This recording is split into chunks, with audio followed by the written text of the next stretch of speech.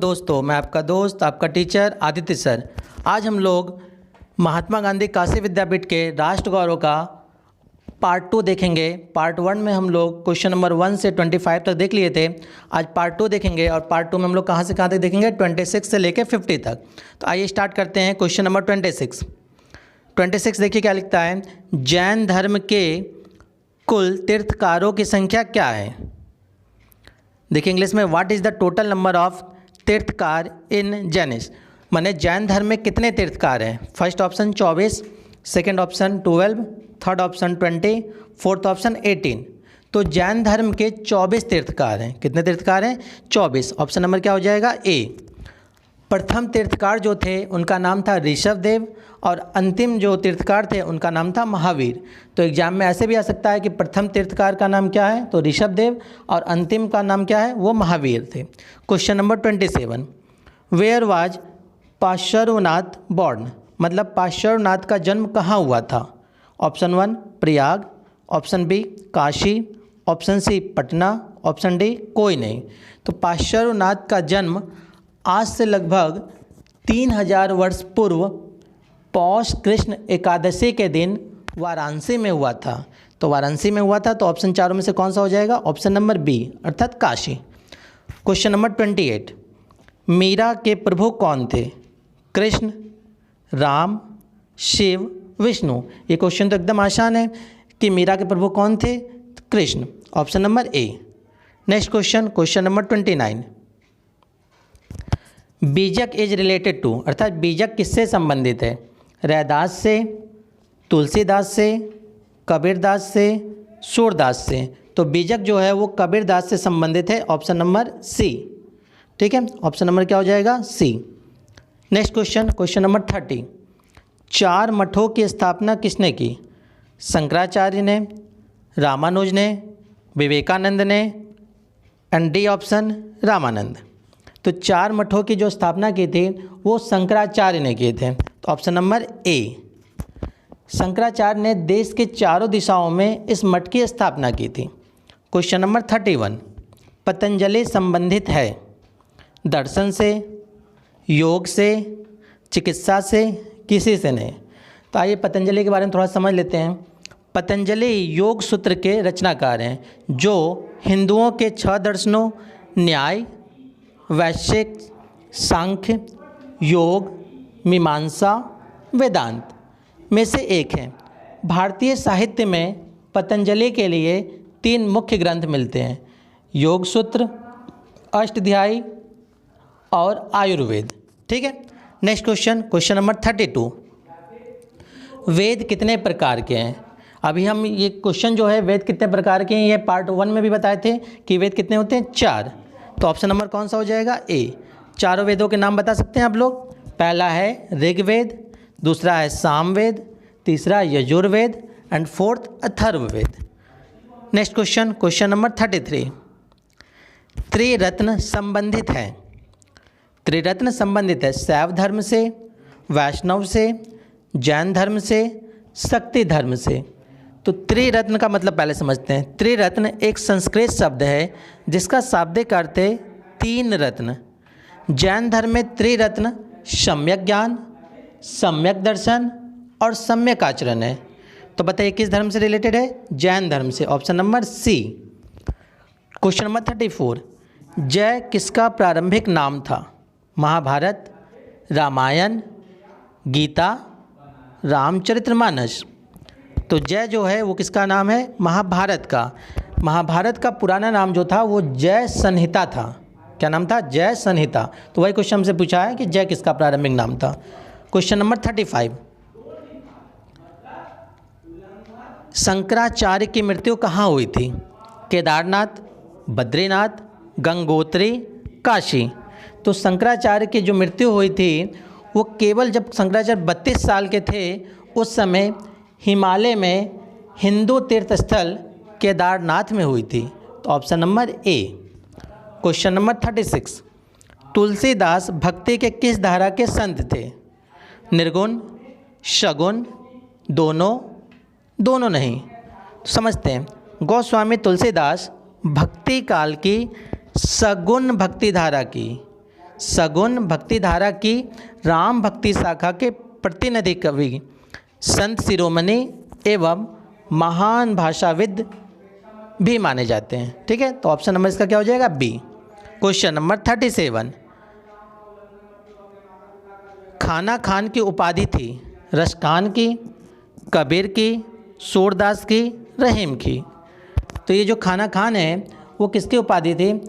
रहीम की थी। अकबर ने रहीम दास जी को यह उपाधि दी थी। क्वेश्चन नंबर 38, गांधी जी की दांडी यात्रा संबंधित थी, किससे संबंधित थी? नमक कर से, सत्याग्रह से, शोषण के विरुद्ध, भारत छोड़ो आंदोलन से। तो आइए समझते हैं पहले कि ये जो दांडी यात्रा थी वो किससे संबंधित थी। तो ऑप्शन नंबर ए, नमक कर से। नमक सत्याग्रह के नाम से इतिहास में चर्चित दांडी यात्रा की शुरुआत 12 मार्च 1930 में गांधी जी के नेतृत्व में हुई थी। तो एग्जाम में ये भी पूछ सकता है कि ये कब हुई थी? तो 12 मार्च 1930 को। क्वेश्चन नंबर 39, क्वेश्चन नंबर 39 देखिए क्या लिखा है। भीमराव अंबेडकर प्रसिद्ध हैं। क्या लिखा है? भीमराव अंबेडकर प्रसिद्ध हैं। पहला ऑप्शन कला के लिए, दूसरा ऑप्शन संविधान के लिए, थर्ड ऑप्शन चिकित्सा के लिए, फोर्थ ऑप्शन खेल के लिए। तो भीमराव अंबेडकर जो हैं वो संविधान के लिए प्रसिद्ध हैं, option number B. Question number 40, संविधान द्वारा मान्य मौलिक अधिकार कितने हैं? संविधान द्वारा मान्य मौलिक अधिकार कितने हैं? Option A 6, option B 12, option C 9, option D 10। तो मूल संविधान में 7 मौलिक अधिकार थे। ध्यान समझिए क्या बोले, 7 मौलिक अधिकार थे, परंतु वर्तमान में 6 ही संविधान मौलिक अधिकार हैं। तो कितने इस समय है वर्तमान में? 6। तो ऑप्शन नंबर क्या हो जाएगा? ए। तो पहले 7 मौलिक अधिकार थे, अब केवल 6 हैं। तो एक कहाँ गया? तो उसके बारे में समझते हैं। 44वें संविधान संशोधन के द्वारा संपत्ति का अधिकार को मौलिक अधिकार की सूची से हटाकर इसे संविधान के कानूनी अधिकार के रूप में रखा गया है। ठीक है, नेक्स्ट क्वेश्चन, क्वेश्चन नंबर 41 देखिए। ज्ञान भक्ति तथा कर्म का समन्वय है। क्या लिखा है? ज्ञान भक्ति तथा कर्म का समन्वय है। गीता, रामायण, पुराण, इनमें से कोई नहीं। समझिए, तो ज्ञान और भक्ति तथा कर्म का जो समन्वय है वो हमारा भगवत गीता में है, ऑप्शन नंबर ए। भगवत गीता में भक्ति तथा कर्म योग का सुंदर समन्वय है। इसमें ज्ञान को सर्वोच्च स्थान दिया गया है। ज्ञान की प्राप्ति पर ही मनुष्य की शंकाओं का वास्तविक समाधान होता है। क्वेश्चन नंबर 42, गोपुरम विशेषता है स्तूप की, मंदिर की, किसी की नहीं। तो गोपुरम जो है वो एक स्मारकीय अट्टालिका होती है, प्रायः शिल्प से सज्जित एवं अधिकतर दक्षिण भारत के मंदिरों के द्वार पर स्थित होता है। यह हिंदू मंदिरों के स्थापत्य का प्रमुख अंग है। तो बताइए गोपुरम किसकी विशेषता है? मंदिर की, option number C. Next question, question number 43, Mehrauli का स्तंभ निर्मित है। महरौली का स्तंभ जो है वो निर्मित है किससे? तांबा से, कांसा से, लोहा से, चांदी से। तो महरौली अभिलेख लौह स्तंभ, क्या बोले? लौह स्तंभ किससे संबंधित है? लोहा से, ऑप्शन नंबर सी।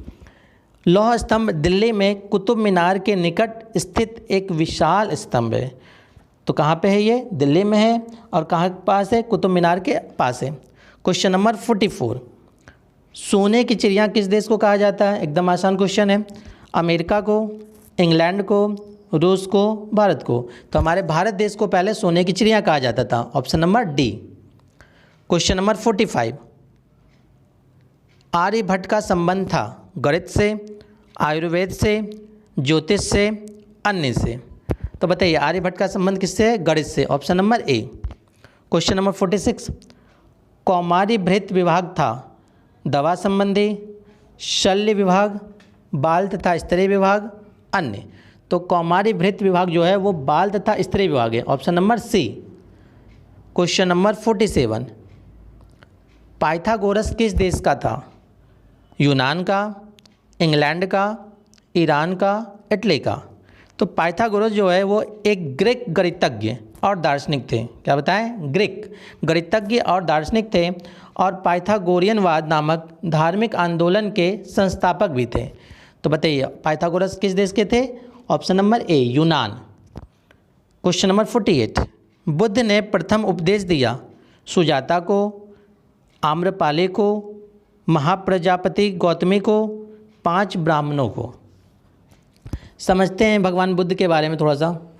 भगवान बुद्ध ने ज्ञान प्राप्ति के पश्चात अपना प्रथम उपदेश सारनाथ में दिए थे। ठीक है, बौद्ध धर्म के इतिहास में इस घटना को धर्म चक्र परिवर्तन का नाम दिया जाता है और ये धर्म चक्र बुद्ध ने 5 शिष्यों को ज्ञान देकर किए थे। तो ऑप्शन नंबर कौन सा हो जाएगा? ऑप्शन नंबर डी, अर्थात 5 ब्राह्मण। क्वेश्चन नंबर 49, दिन ए इलाही संबंधित है अकबर से, शाहजहाँ से, हुमायूं से, बाबर से। तो जो दिन ए इलाही है, ध्यान समझिएगा, दिन ए इलाही 1581 ईस्वी में, क्या बताएं, 1581 ईस्वी में मुग़ल सम्राट अकबर द्वारा, ऑप्शन नंबर ए, मुग़ल सम्राट अकबर द्वारा एक समरूप धर्म था जिसमें सभी धर्मों के मूल तत्वों को डाला। इसमें प्रमुखता हिंदू एवं इस्लाम धर्म थे। इसके अलावा पारसी, जैन एवं ईसाई धर्म के मूल विचारों को भी सम्मिलित किया। क्वेश्चन नंबर 50, धन में विश्वास करने वाली सूफी समुदाय, option A Chishti, option B Suhrawardi, option C दोनों, ऑप्शन डी दोनों नहीं। तो धन में विश्वास करने वाले जो सूफी समुदाय थे उनको कहा जाता है सुहरावर्दी, ऑप्शन नंबर बी। ये समझते हैं सुहरावर्दी क्या होता है।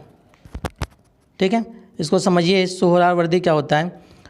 सुहरावर्दी सिलसिले के संस्थापक जलालुद्दीन तबरेज़ी और बहाउद्दीन ज़कारिया थे।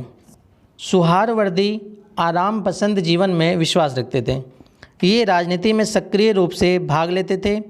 सुहरावर्दियों का मानना था कि यदि दिल निर्मल है तो धन के संचय और वितरण दोनों में कोई दोष नहीं है। इस तरह से हमारा क्वेश्चन नंबर 50 तक कंप्लीट हो गया। इसके आगे क्वेश्चन हम लोग नेक्स्ट लेक्चर में देखेंगे। Thank you.